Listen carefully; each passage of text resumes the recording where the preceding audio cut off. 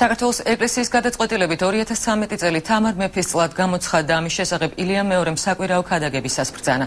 საქართველოს პატრიარქის თქმით, მეცნიერები ფიქრობენ, რომ თამარ მეფის გარდაცვალებიდან 800 წელი სრულდება. ამის გამო ქართული ეკლესიის გადაწყვეტილებით 2013 წელი თამარ მეფის წლად გამოცხადდა. წირვის დასრულებისას უწმინდესმა და უნეტარესმა ილია მეორემ სამღვდელოება დააჯილდოვა.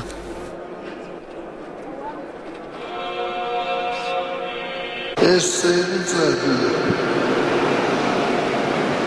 2013 წელი არის საიუბილეო წელი. ასე მეცნიერები ფიქრობენ, რომ სრულდება 800 წელი თამარ მეფის გარდაცვალებიდან. არის სხვა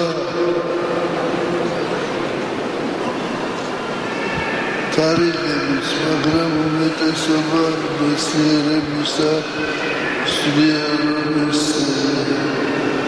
აი ამიტომ ჩვენ გადავწყვიტეთ, რომ